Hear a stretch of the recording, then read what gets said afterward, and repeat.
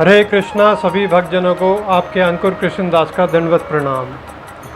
आप सभी का हार्दिक स्वागत है। आज नई सीरीज शुरू करेंगे, वो है श्रीमद् भागवतम, जिसमें 18 स्कंद हैं और आज हम पहले स्कंद से शुरुआत करने जा रहे हैं श्रीमद् भागवतम के। और डेली हम एक श्लोक लिया करेंगे, उस पर चर्चा किया करेंगे, उसका तात्पर्य जाना करेंगे श्लोक का क्या है। तो आइए पहले गुरु प्रणाम करते हैं और फिर शुरू करते हैं पहले श्लोक से श्रीमद् भागवतम सीरीज। ओम अज्ञानतिरमन्धस्य ज्ञानाञ्जनशलाकया चक्षुरुन्मीलितं तस्मै श्रीगुरुवे नमः। नमः ओं विष्णुपादाय कृष्णपृष्ठाय भूतले श्रीमते भक्तिवेदांत स्वामिति नामिने। नमस्ते सरस्वते देव गौरवाणी प्रचारिणे निर्विशेष शून्यवादी पाश्चात्य देश तारिणे। जय श्री कृष्ण चैतन्य प्रभु नित्यानंदा श्री अद्वैत गदाधर श्रीवासादि गौर भक्त वृंदा। हरे कृष्ण कृष्ण कृष्ण हरे हरे, हरे राम राम राम हरे हरे। हरे कृष्ण कृष्ण कृष्ण हरे हरे, हरे राम राम राम हरे हरे। हरे कृष्ण कृष्ण कृष्ण हरे हरे, हरे राम राम राम हरे हरे। हरे कृष्णा। तो आइए पहले स्कंद से शुरुआत करते हैं। पहले स्कंद का पहला अध्याय, और इसका जो टॉपिक है, जो विषय है, वो है मुनियों की जिज्ञासा। जो जितने भी मुनि हैं वो जिज्ञासा कर रहे हैं भगवान के विषय में। तो आइए। ओम नमो भगवते वासुदेवाय। ओम नमो भगवते वासुदेवाय। ओम नमो भगवते वासुदेवाय। जन्माघस्य यतो ऐनव्यादित रतिसृच्चा यथार्षवैभिज्ञ स्वैराटु तेन ब्रह्मा हृदय आदि कवये मुहुर्निति यत सूर्य तेजो वारी मृदं यथा विनिमयो यत्र त्रिसग्र मृषा धामना स्वेन सदा निरस्तकुहंक सत्यम परम धीमहि। तो आइए इस श्लोक की चर्चा करते हैं। हे प्रभु, हे वासुदेव पुत्र श्री कृष्ण, हे सर्वव्यापी भगवान, मैं आपको सादर नमस्कार करता हूँ। क्या करता हूँ? सादर नमस्कार करता हूँ। किसको करता हूँ? श्री कृष्ण को। मैं भगवान श्री कृष्ण का ध्यान करता हूँ। क्या करता हूँ? मैं भगवान श्री कृष्ण का ध्यान करता हूँ, क्योंकि वे परम सत्य हैं। क्या हैं? परम सत्य हैं पूरे ब्रह्मांड के, और व्याप्त ब्रह्मांडों की उत्पत्ति, पालन तथा संहार के समस्त कारणों के आदि कारण हैं। भगवान पालन करते हैं, संहार करते हैं, और उसी के कारणों के वो परम कारण हैं। वे प्रत्यक्ष तथा अप्रत्यक्ष रूप से सारे जगत से अवगत रहते हैं। ऐसा नहीं है कि आपको यहाँ पे श्री कृष्ण भगवान दिखाई नहीं दे रहे, वो आपके सामने अप्रत्यक्ष रूप में अवेलेबल है, यहाँ पे मौजूद हैं। हम सोचते हैं कि कोई हमें देख तो रहा नहीं है, लेकिन भगवान साक्षात हमारे सामने रहते हैं। और वे परम स्वतंत्र हैं, वो किसी के अधीन नहीं है, कोई उन्हें कंट्रोल नहीं कर सकता, वो स्वतंत्र हैं, क्योंकि उनसे परे अन्य कोई कारण है ही नहीं। क्या? उनसे परे कोई अन्य कारण है ही नहीं। उन्होंने ही सर्वप्रथम आदि जीव ब्रह्मा जी के हृदय में वैदिक ज्ञान प्रदान किया। किसने किया? भगवान श्री कृष्ण ने सर्वप्रथम ज्ञान किसको दिया? ब्रह्मा जी को। उन्हीं के कारण बड़े बड़े मुनि तथा देवता उसी तरह मोह में पड़ जाते हैं, जिस प्रकार अग्नि में जल या जल में स्थल देखकर कोई माया के द्वारा मोहग्रस्त हो जाता है। तो सबसे पहले जो ज्ञान दिया, परम ज्ञान दिया, वैदिक ज्ञान दिया, वो भगवान ने ब्रह्मा जी को दिया।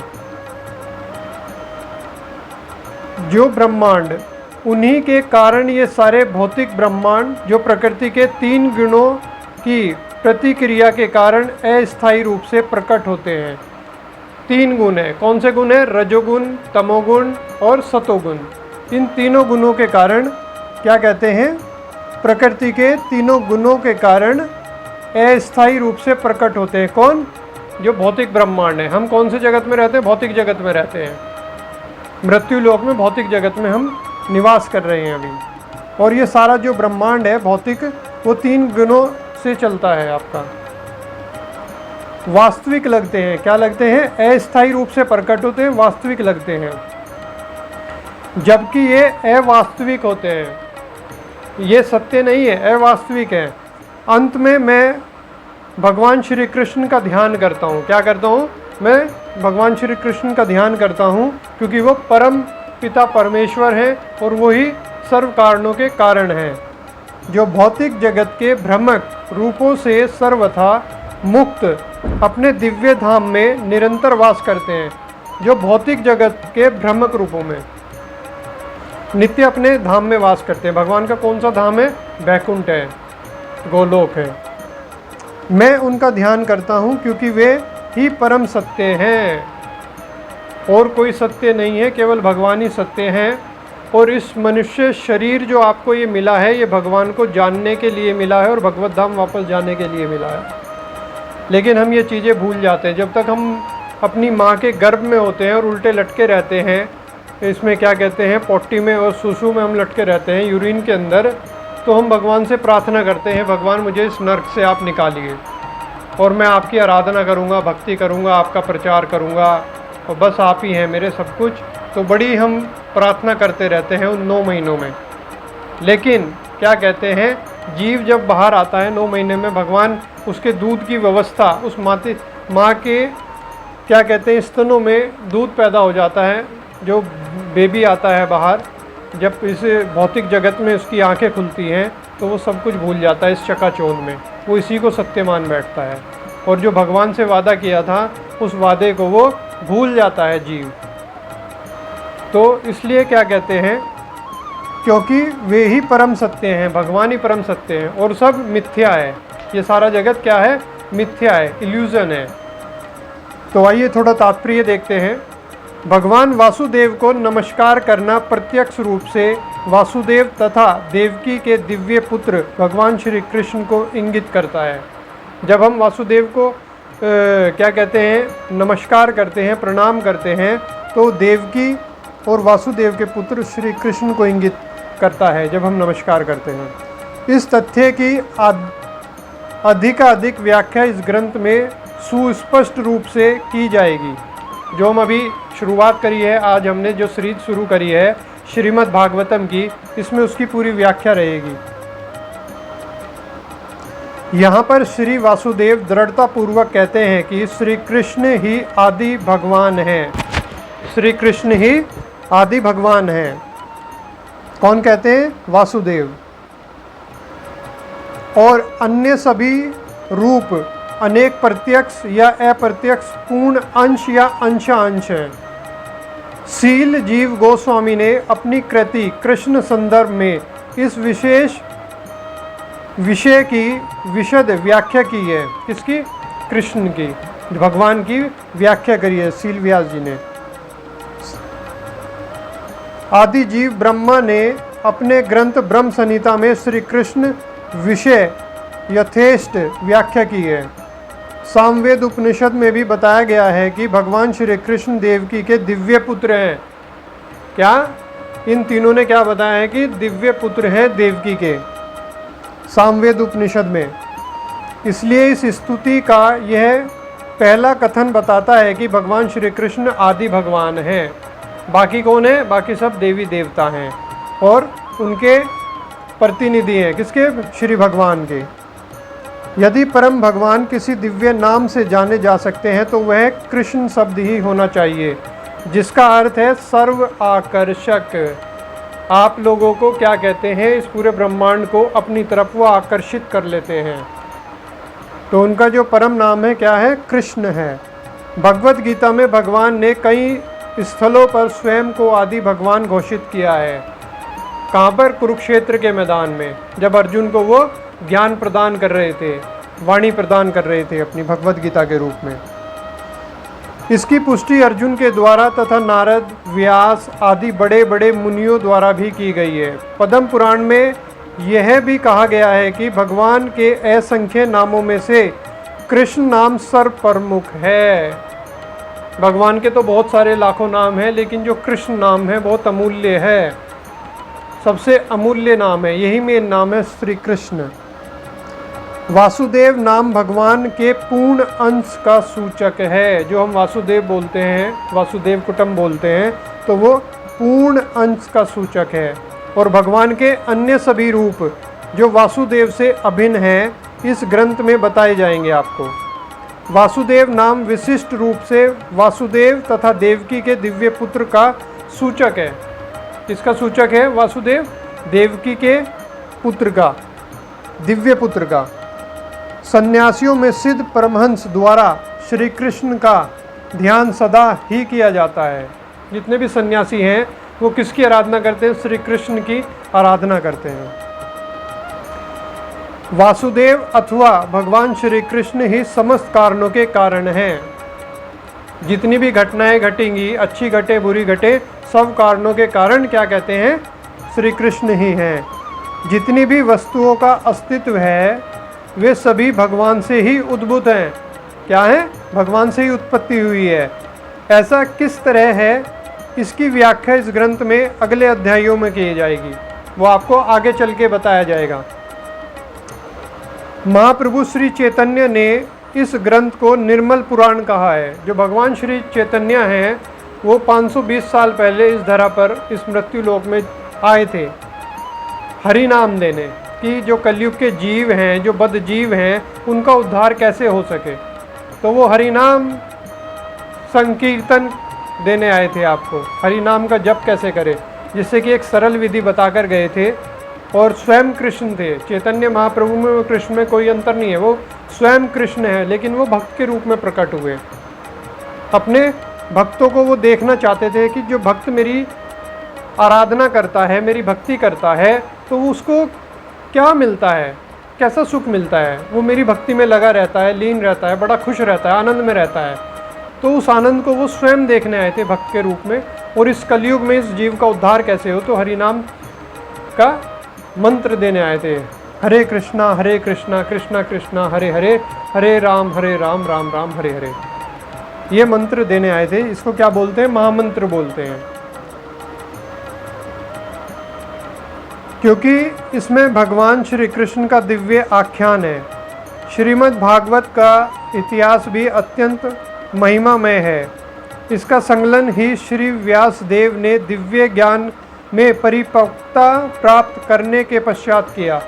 जो श्रीमद् भागवतम है वो किसने लिखा है? व्यास देव जी ने। लेकिन बड़ी प्रापिकता लाने के बाद भगवान श्री कृष्ण के विषय में व्यास जी ने लिखा। उन्होंने अपने आध्यात्मिक गुरु श्री नारद जी के अनुदेशों के अंतर्गत इसकी रचना की। इसके ऐसे नहीं कि व्यासदेव जी ने वैसे लिख दिया, नहीं, जो उनके गुरु थे नारद जी, उनसे शिक्षा लेने के बाद में इस ग्रंथ की रचना की। व्यासदेव जी ने समस्त भौतिक वाडम्यों का संकलन किया, जिसमें चारों वेद, वेदांत सूत्र, ब्रह्म सूत्र, पुराण, अनेक गुरु नारद ने उनके इस असंतोष को देखा तो उन्होंने उनको भगवान श्री कृष्ण के दिव्य कार्यकल्पों के विषय में लिखने का उपदेश दिया। किसने दिया? श्री नारद जी ने। किसको दिया? व्यासदेव जी को। फिर व्यासदेव जी ने श्रीमद् भागवतम की लिखना शुरू किया। ये दिव्य कार्यकल्प इस ग्रंथ के 10वें स्कंद में विशेष रूप से वर्णित है। ये हम चर्चा करेंगे 10वें स्कंद में। किंतु इसका सार तत्व प्राप्त करने के लिए मनुष्य को चाहिए कि वो धीरे धीरे ज्ञान प्राप्त करे। तो जो ज्ञान आप ले रहे हैं उस ज्ञान को अपने जीवन में उतारना शुरू करें डेली बेसिस पे। रोज़ आप, जैसे आज आपने ये बातें सुनी, क्या आज बताया जा रहा है आपको श्रीमद् भागवतम से रिलेटेड या भगवद गीता से रिलेटेड, इसको आप अपने जीवन में अप्लाई करें। अपने परिवार के साथ अप्लाई करें, अपने दोस्तों के साथ अप्लाई करें, अपने जहाँ पे आप जॉब करते हैं, बिजनेस करते हैं, वहाँ पे इसे अप्लाई करें। और दूसरों को भी आप पहले आप ज्ञान लें, फिर आगे दें, क्योंकि केवल ज्ञान अपने पास सीमित नहीं रखना है। जो और लोग हैं, जो अभक्त लोग हैं, जो पापी लोग हैं, उनका भी उद्धार हो सके। यह स्वाभाविक है कि चिंताशील मनुष्य सृष्टि का उद्गम जानना चाहता है। रात्रि में वह आकाश में तारों को देखता है। क्या देखता है? तारों को देखता है। स्वाभाविक है कि वह उनके निवासियों के विषय में कल्पना करता है। ऐसी जिज्ञासा मनुष्य के लिए स्वाभाविक है, क्योंकि उसकी चेतना विकसित है। क्या है? जो मनुष्य है उसकी चेतना जो हो रही है विकसित हो रही है, जिज्ञासा करता है, जो पशुओं की तुलना में उच्च है। कौन? मनुष्य। श्रीमद् भागवतम के रचयिता ऐसी जिज्ञासाओं का सीधा उत्तर देते हैं। वे कहते हैं कि भगवान श्री कृष्ण समस्त सृष्टियों के उद्गम है। जितनी भी सृष्टि है उसके उद्गम कौन है? भगवान श्री कृष्ण है। वे न केवल ब्रह्मांड के रचयिता हैं, वरन उसके संहर्ता भी हैं। क्या करते हैं? वो ही उस ब्रह्मांड को, उसी सृष्टि को बनाते हैं और वही उसका अंत करते हैं। कौन? भगवान श्री कृष्ण। इस जगत की उत्पत्ति भगवान की इच्छा से किसी काल में होती है। जब भगवान की इच्छा होती है तो ये क्या कहते हैं? प्रकट हो जाती है, बना दिया जाता है। और जब भगवान की इच्छा नहीं होती तो उसको क्या कहते हैं? हटा दिया जाता है, संहर्ता कर दिया जाता है, संहार किया जाता है।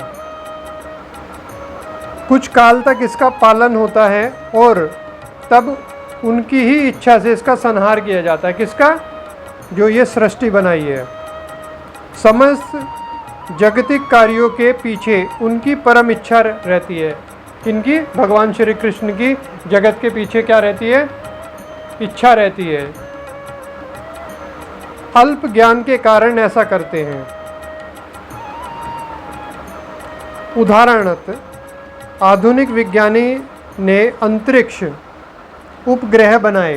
क्या? जो आपके भौतिक वैज्ञानिक हैं उन्होंने क्या बनाए? उपग्रह बनाए, जिन्होंने किसी न किसी युक्त से ब्रह्मा आकाश में परीक्षित किया जाता है और दूर बैठे विज्ञानी के निर्देश से ये कुछ काल तक आकाश में उड़ता रहते हैं। इसी प्रकार असंख्य तारों और ग्रहों से युक्त सारे ब्रह्मांड भगवान की बुद्धि द्वारा नियंत्रित होते हैं। कोई भी ग्रह है, चाहे आप सूर्य ले लो, शनि ले लो, या कोई भी है, वो भगवान के नियंत्रण में काम कर रहा है। भगवान उसको जितना आदेश देते हैं वो उतना कार्य करते हैं। जैसे कि आपका बॉस आपको जितना आदेश बोलता है आप उसके अकॉर्डिंग उतना सीमित आप काम करते हैं। वैदिक साहित्यों में यह कहा गया है कि परम सत्य पुरुषोत्तम भगवान समस्त पुरुषों में प्रधान है। क्या है?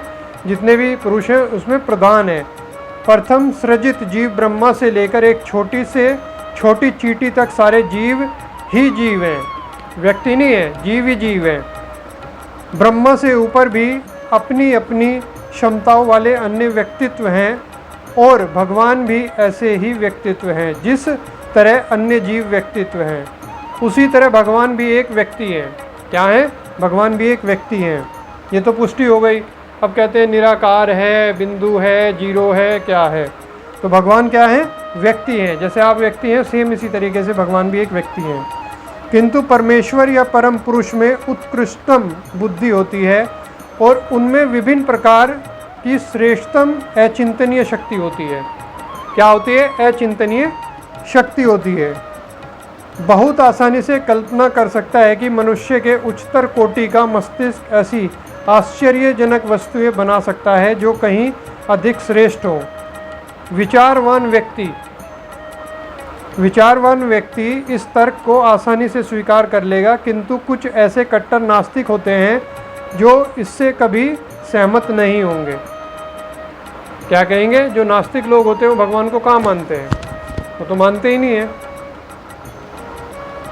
सील व्यासदेव परम बुद्धिमान को परमेश्वर रूप में पूरी तरह स्वीकार करते हैं और इस परम बुद्धिमान को परमेश्वर या पूर्ण पुरुषोत्तम भगवान के रूप में संबोधित करते हुए नमस्कार करते हैं। कौन करते हैं? व्यासदेव जी। यह परमेश्वर श्री कृष्ण ही है और कोई नहीं है। बाकी कौन है? सभी देवी देवता हैं।